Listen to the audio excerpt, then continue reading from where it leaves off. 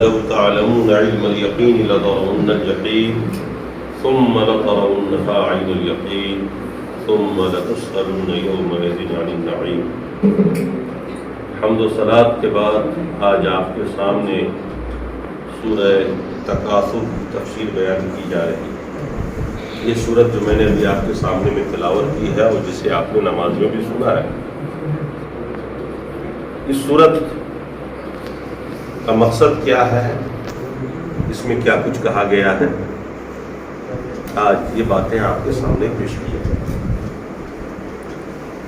سامعین، یہ ایک حقیقت ہے، ہم سب اس بات کو جانتے بھی ہیں، مانتے بھی ہیں، اور ہم سب لوگ اس میں مشغول بھی ہیں۔ آج کے دور میں 80% لوگ یہ سمجھتے ہیں کہ ہم پیدا ہی اس لیے ہوئے ہیں کہ ہم مال جمع کریں، مال کمائیں۔ ہم میں سے 80-90% لوگ، ان میں میں بھی ہوں، آپ بھی ہیں، سارے لوگ اپنی زندگی کا مقصد ہم اور آپ نے یہ سمجھ رکھا ہے کہ مال کمانا ہے، مال جمع کرنا ہے، اور پھر اپنی پوری زندگی کو ہم اور آپ اس کے لیے وقف کر دیتے ہیں، یہاں تک کہ بڑھاپا آ جاتا ہے کماتے کماتے۔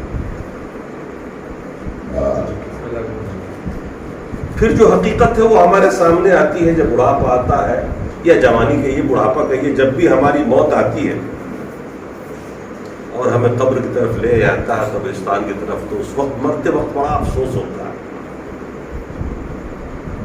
کہ اگر مجھے مرنا ہی تھا تو یہ دھن کیوں جمع کیا، یہ تاج محل کیوں بنایا، اب کون بھوگے گا اسے، یہ ٹی وی کیوں لگایا، سی آر کیوں لگایا، اور کیا کہتے ہیں وہ اے سی کیوں لگایا۔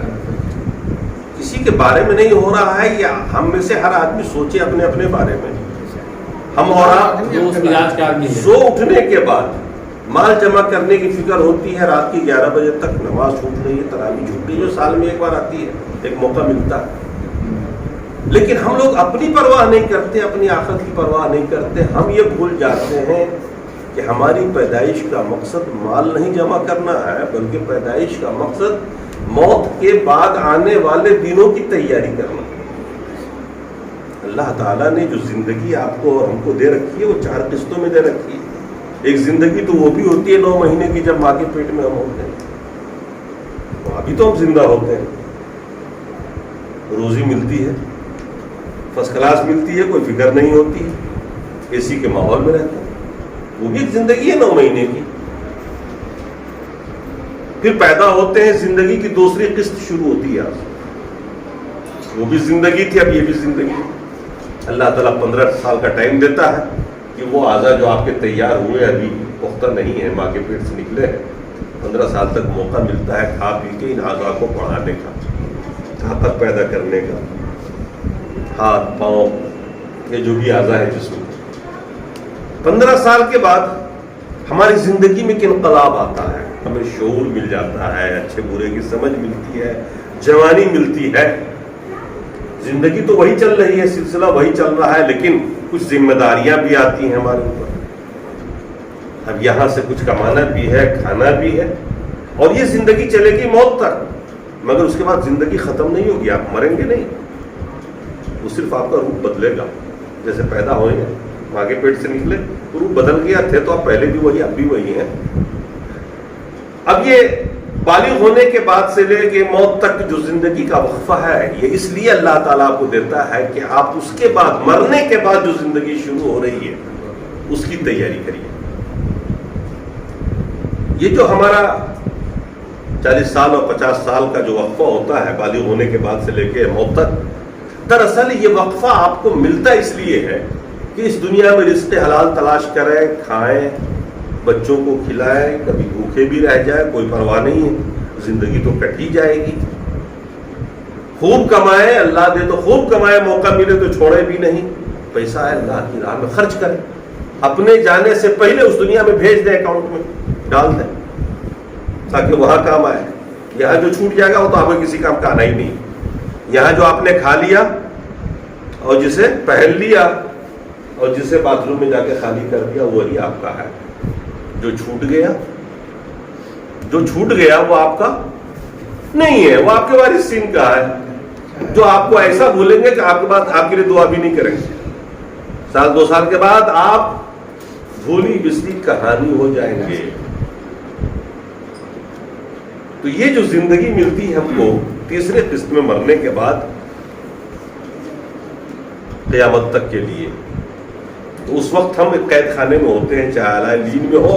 اگر اچھے اعمال ہیں تو ہم اور آپ لین میں رہیں گے، آرام کی زندگی ہوگی. اور اگر برے ہیں، بدعمال ہیں، شرک ہے، تو پھر سجین میں ہوں گے جہاں جہنم کی کھڑکی کھل جائے گی. یہ صرف ایک وقفہ ہے.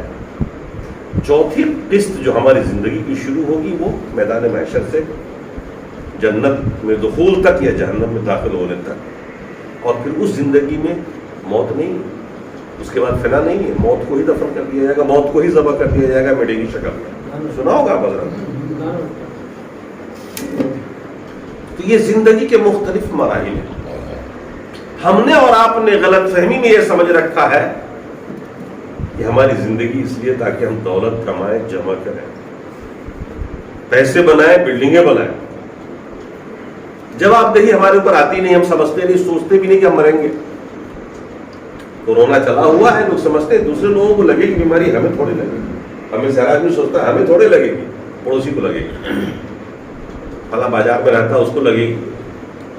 ہم تو ماسک لگائے ہوئے، ہمیں تو لگے گی نہیں، ہم تو مریں گے ہی نہیں. آدمی کو دیکھیے نا، جنازے میں لوگ چلتے ہیں، ہنستے ہوئے جاتے ہیں، باتیں کرتے ہیں بڑی بڑی، ہنستے ہوئے جا رہے ہیں، آ رہے ہیں. وہ سمجھ رہے ہیں اس کا نمبر ہے، میرا تھوڑی آتا ہے. میں تھوڑی اس کھاٹ پہ لٹوں گا، میرا جنازہ تھوڑی پڑھا جائے گا. کبھی خود کو اس کھاٹ پہ لٹا کے دیکھ لیجیے، آپ سوچ لیجیے. ایک دن وہ آیا کہ جب آپ اسی پہ لیٹے ہوں گے، لوگ آپ کو اٹھا کے لے کے جائیں گے، تو آپ کی مسکراہٹ چھن جائے گی، ہنسی کافر ہو جائے گی آپ کے ہوٹھ سے. تو اللہ تبارک و تعالیٰ نے ایسی لوگوں کے لیے صورت نازل فرمائی. فرمایا الہاکم التکاثر، الہا یلہی الہان، غافل ہو جانا، بھول جانا، غفلت میں پڑ جانا.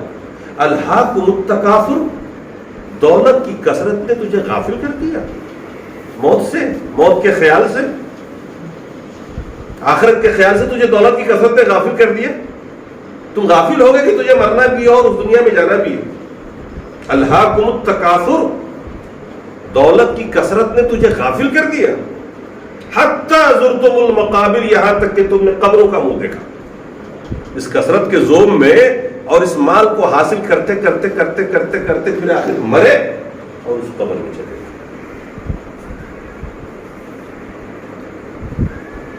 الہاکم التکاثر حتی زرتم المقابر. آج دیکھ لیجئے 80-90% لوگ بالکل اسی انداز میں جی رہے ہیں. دولت کی کثرت نے انہیں غافل کر رکھا ہے موت سے، موت کی یاد سے، اعمال خیر سے، حلال و حرام سے، جائز و ناجائز سے، ظلم و زیادتی سے. 80-90% لوگ اس میں، یہاں تک کہ وہ آخر مرتے ہیں اور قبرستان چلے جاتے ہیں. ہم سب لوگ اٹھا کے ڈال دیتے ہیں. اللہ نے فرمایا کلا سوف تعلمون، ہرگز نہیں، ایسا ہوگا نہیں جو تم سوچ رہے ہو آرام آرام سے نکل جائیں گے. تم عنقریب جان لو گے کیا ہونے والا ہے اس کے بعد. ثم کلا سوف تعلمون، تمہیں یقین کر لینا چاہیے کہ تم جانو گے. حقیقت میں پتا چلے گا تمہیں اس دن، جو اس مال کو جمع کیا، اس چکر میں نماز چھوڑا، فرض چھوڑا، جماعت چھوڑی، اور یہ سمجھتے رہے کہ یہی سب کچھ ہے. اپنی زندگی مٹا ڈالی، اپنا برا کر لیا نماز چھوڑ کر کے، اپنی آخرت خراب کر لی اولاد کے چکر میں، بیوی کے چکر میں، سماج کے چکر میں، دکھاوے کے چکر میں، ریاکاری کے چکر میں. تم ضرور دیکھو گے، اپنی آنکھوں سے دیکھو گے. چونکہ وشواس نہیں ہے، اس بات پر آپ کا وشواس ہے کہ ایک بچی آپ کے پاس پیدا ہوئی، اس کی شادی کیسے ہوگی، ابھی سے فکر میں لگ گیا. کیسا مستقبل بھی نہیں ہے آپ کے اندر. 4 بچے ہیں آپ کے پاس، چھوٹے چھوٹے، کیا ہوگا بھائی؟ اس کو میڈیکل کروانا ہے، اس کو انجینئر بنوانا ہے. پیسے نہیں کمائیں گے تو کہاں سے آئے گا؟ آپ کو پتا ہے کب وہ زندہ رہیں گے چاروں؟ 1 سال کے بعد یہ چاروں ہوں گے. اس وہاں تو آپ بھوش کو یوں دیکھ لیتے ہیں کہ یہ چاروں بچے بڑے ہوں گے اور پڑھائی کریں گے، اتنا خرچہ آئے گا، پھر یوں بنانا ہے اور اس کے ایسے بنانا ہے، جس کے کل کی گارنٹی نہیں. اس کے لیے اتنا بھوشوانی، اتنا دور تک سوچتے ہیں، اور آپ حقیقت کی آنکھ سے دیکھ لیتے ہیں آج ہی کہ ان بچوں کو پڑھانے لکھانے میں 4 کروڑ کا خرچہ ہے، یہ پیسہ جمع کرنا ہے مجھ کو، اور اس وقت آپ کی آنکھ کہاں چلی جاتی ہے کہ مرنے کے بعد جہنم بھی ہے، منکر نکیر بھی ہے، یہ حساب و کتاب بھی ہے، اور ذرے ذرے کا حساب دینا ہے۔ اس وقت کیوں نہیں دکھتا ہے آپ کو؟ وہ آپ بھوشوانی ہو رہی ہے اور آپ مستقبل دیکھ رہے ہیں بیٹھے بیٹھے، لیکن اس چیز کو آپ نہیں دیکھ پا رہے ہیں۔ اللہ نے فرمایا کلا سوف تعلمون ثم کلا سوف تعلمون، ہرگز ایسا ہوگا نہیں، ضرور تم جان لو گے۔ کلا لو تعلمون علم الیقین، کاش تمہیں ان باتوں کا یقینی علم ہوتا، جیسے دنیا کے معاملے میں یقینی علم ہے آپ کو کہ آپ کے یہ 4 بچے جوان ہوں گے، پڑھیں گے، ڈاکٹر بنیں گے، کتنا یقینی علم ہے۔ جتنا یقینی علم ایسا ہے یہاں پر، اگر تمہیں آخرت پر ایسی یقین ہوتا اور تمہیں یقینی علم ہوتا نا تو تم یہیں سے بیٹھے بیٹھے دیکھ لیتے آخرت۔ کلا لو تعلمون علم الیقین لترون الجحیم، تو تم ضرور جہنم کو دیکھ لیتے یہیں سے۔ اس حقیقت کو آپ بھلا نہیں سکتے کہ آنے والی زندگی میں جہنم بھی اور جنت بھی ہے، ہمارا آپ کا ایمان بھی ہے اس کے اوپر، اور بھگتنا بھی ہے، اور ہم میں سے کوئی بچ نہیں پائے گا۔ اپنے اپنے اعمال کے مطابق جنت و جہنم سے سامنا کرنا ہی پڑے گا۔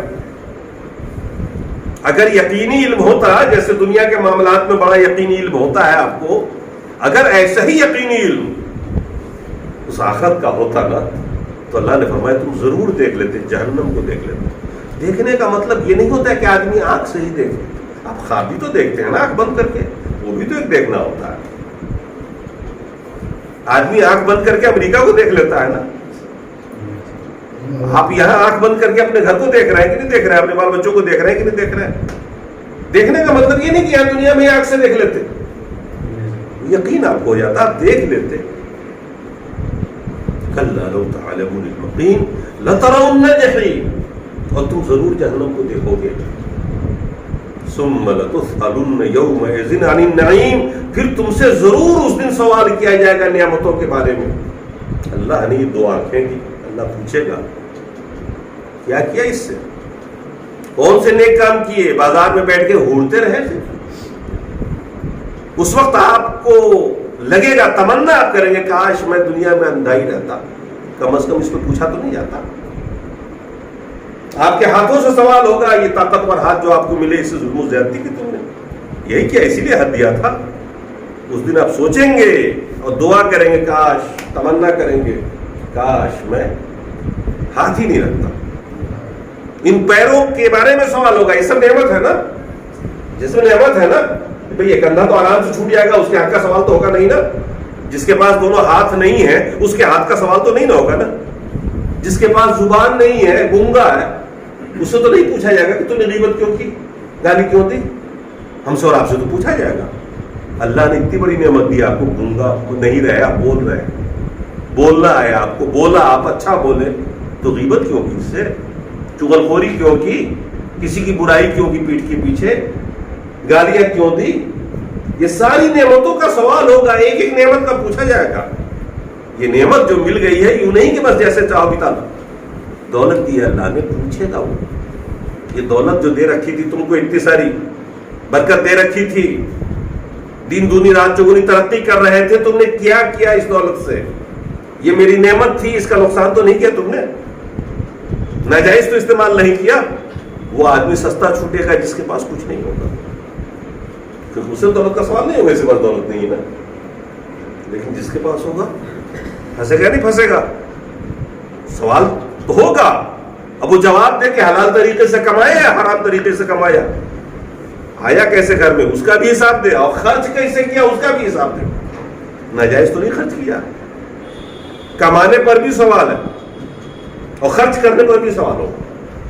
2 روپے اگر کہیں سے کمائے تو جائز طریقے سے کمائے، ناجائز طریقے سے کمائے، پہلے تو یہاں سوال ہوگا۔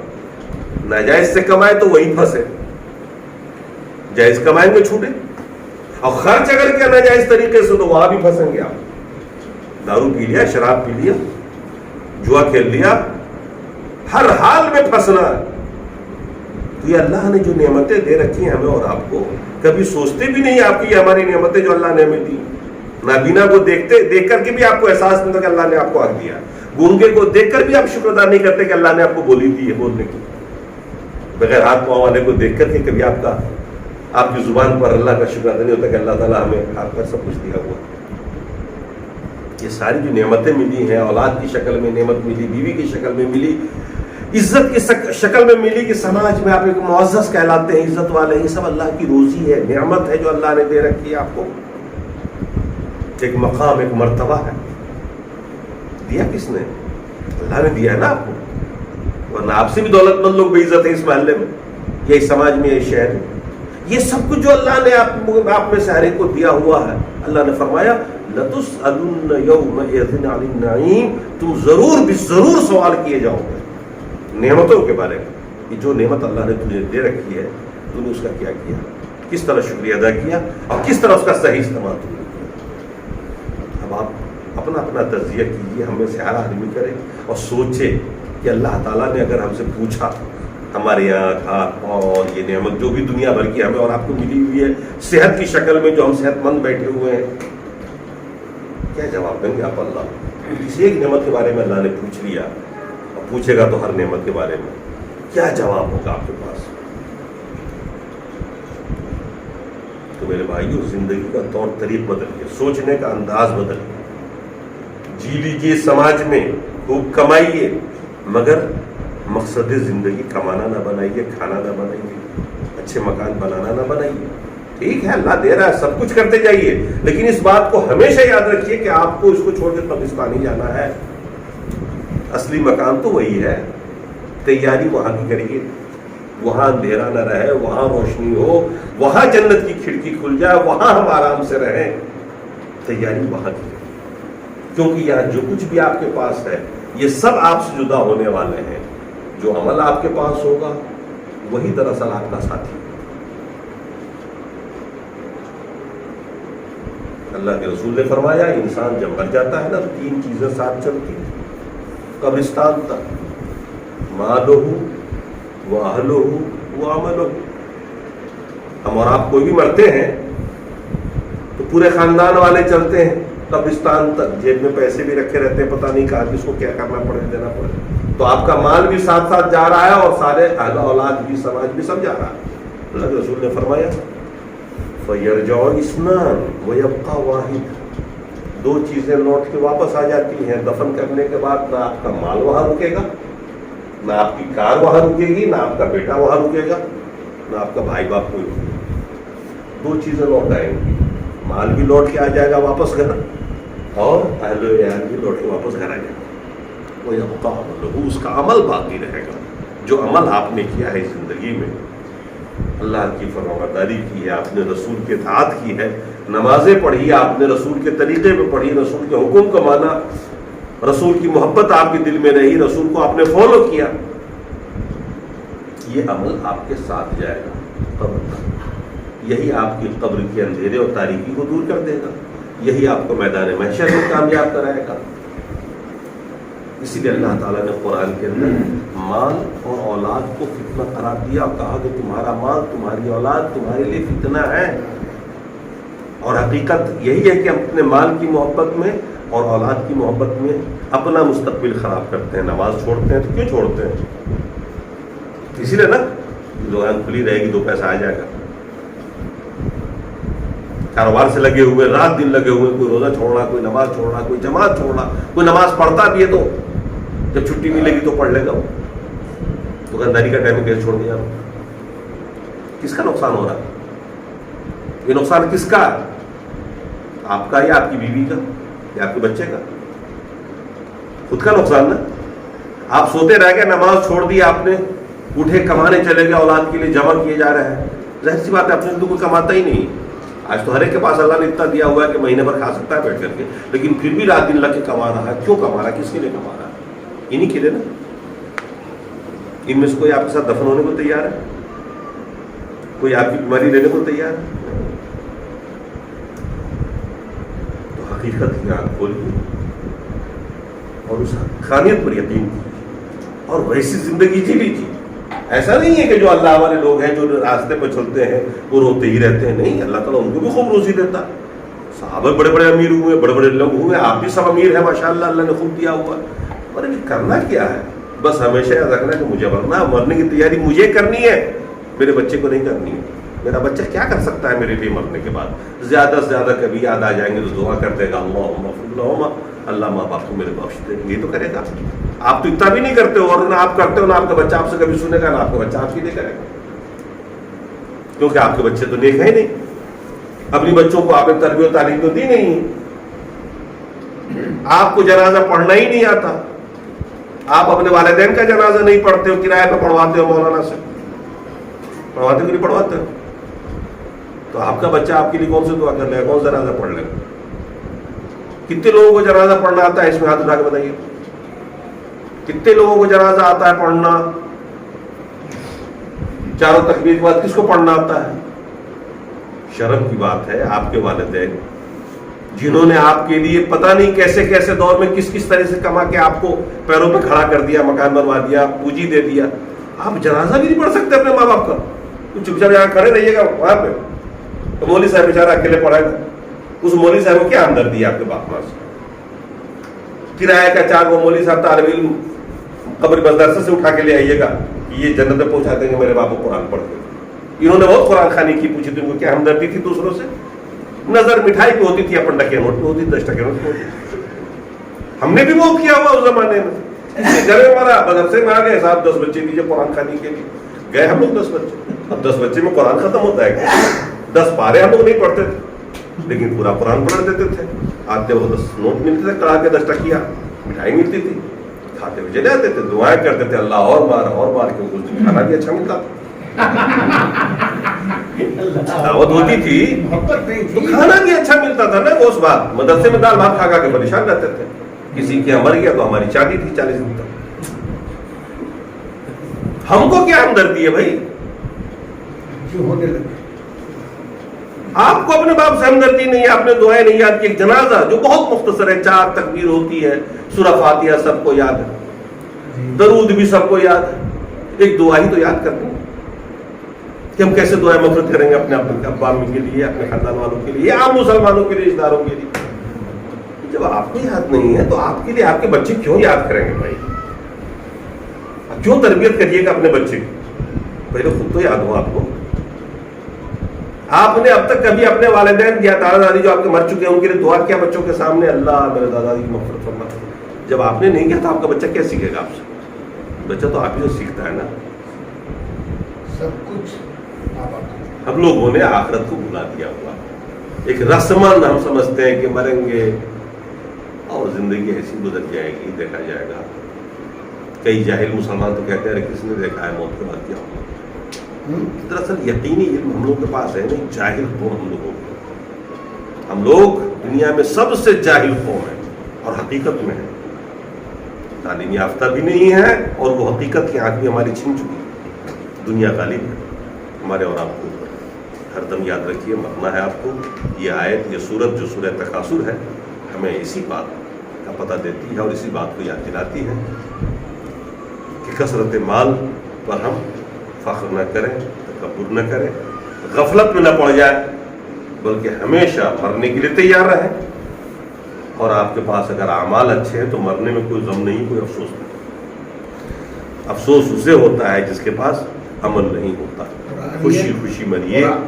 مرنا بہت فائدہ مند ہے، مرنے میں کوئی گھاٹا نہیں ہے.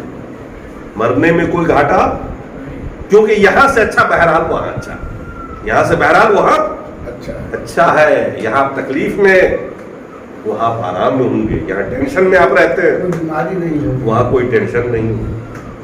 وہاں کورونا نہیں آئے گا، کھلے گی جنت کی، آرام میں رہیں گے. اس کے بعد پھر جنت میں جائیں گے تو وہاں عیش کریں گے. جو کٹھنائی ہے بس زندگی میں ہی ہے آپ کے ساتھ. لیکن عمل آپ کے پاس اگر اچھا ہے تو مسکراتے ہوئے مر جائیں گے. نشان مرد مومن باتو گویم چمر گائے تبسم مر لبیس. اللہ میں اقبال کہتے ہیں کہ مرد مومن کی پہچان بتاؤ کہ مرد مومن کون ہوتا ہے؟ کہ جب موت آتی ہے تو اس کے لبوں پہ مسکراہٹ ہوتی ہے، کیونکہ اب وہ ترقی کا وہاں. مرنے کے بعد آدمی ترقی کرتا ہے، اعلیٰ درجے میں جاتا ہے. یہ کب ہوگا؟ جب آپ کے پاس عمل ہوگا. آپ نے دلی کا سفر اگر شروع کر دیا ہے، پیسہ جیب میں ہے آپ کے پاس، تو آپ کو خوف کیا ہے، غم کیا ہے؟ جہاں چاہیں گے ہوٹل میں رہیں گے، کھائیں گے پیئیں گے، فلائٹ سے اڑ جائیں گے. نہیں ہے تو پٹنہ جانا بھی تو مشکل ہو جائے گا آپ کے لیے. بس والا پتہ نہیں کہاں دھکے دے کے اتار دے آپ. تو یہ تیاری ہر دم رہنی چاہیے، اور مرنے کے لیے آدمی کو ہر دم تیار آنا چاہیے. اسی لیے کوئی نماز قضا نہ ہونے پائے. اللہ کے جو فرائض ہیں وہ بہت آسان ہیں، بہت معمولی. اللہ کے رسول نے جن باتوں کا ہمیں اور آپ کو حکم دے رکھا وہ بہت ہی آسان ہے، کوئی بھاری چیز نہیں ہے. ایسا نہیں جو ہم کر نہ سکیں یہ ہمارے لیے بہت بھاری. ان دنوں میں بھی تو 5 ٹائم نماز آپ پڑھ رہا ہے رمضان میں، کوئی بھاری لگ رہی کیا؟ تو باقی سال بھر اگر ہم ایسے پڑھتے رہیں گے تو کیا مسئلہ پیش آ جائے گا، کیا نقصان ہو جائے گا ہمارا؟ نہیں نہ ہوگا. بس ٹھان لیجئے کہ ہمیں تیاری خود کرنی ہے، ہر نیک عمل کی، اور بچوں کی تربیت کرنی ہے. رزق حلال سے. بچوں کو رزق حلال ہی کھلانا ہے، حرام نہیں کھلانا ہے، ورنہ یہ برباد بھی ہو جائیں گے. ان کا مستقبل بھی چاہتے ہیں تو حلال کھلائیے. دیکھیے بچہ کتنا ترقی کرتا ہے. حرام کی خیرات کھلائیے گا، اس کا خون غلط ہو جائے گا، وہ آپ کا بھی خیر خواہ نہیں بنے گا، قوم و سماج کا بھی نہیں بنے گا. اور ہر قدم اٹھائیے، سوچ کر اٹھائیے کہ بہرحال آپ کو اللہ کو جواب دہ ہونا ہے. اللہ تعالیٰ ہمیں اور آپ کو ان نیک پیغامات پر عمل کرنے کی